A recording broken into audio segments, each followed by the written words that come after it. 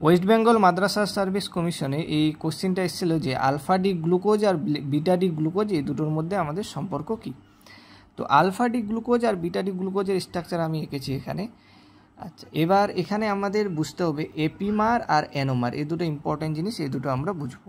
Epimer মানে কি, যে কোনো দুটো স্ট্রাকচারে যতগুলো কার্বন আছে সেই কার্বনগুলোর মধ্যে যে কোনো একটা কার্বনে যদি পার্থক্য থাকে তখন সেটাকে বলি আমরা এপিমার। যে কোনো একটা কার্বনে যদি পার্থক্য থাকে তখন সেটাকে বলি এপিমার। কিন্তু পার্টিকুলারলি যদি বলে দেয় যে কার্বন ওয়ানেই পার্থক্য আছে তখন তাকেই আমরা বলবো হচ্ছে অ্যানোমার। ঠিক আছে, তাহলে অ্যানোমার জিনিসটা কি, যদি পার্টিকুলারই যদি বলে দেয় যে কার্বন ওয়ানের মধ্যে পার্থক্য আছে তখন সেটাকে বলবো অ্যানোমার।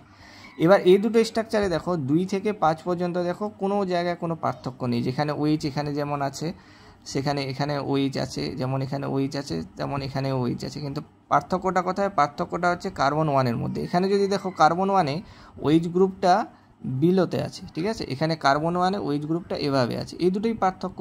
তো পার্টিকুলারলি এখানে বলে দিয়েছে যে কার্বন ওয়ানেই পার্থক্য, তাহলে এই দুটোর মধ্যে সম্পর্ক কি, এরা হচ্ছে পরস্পরের অ্যানোমার।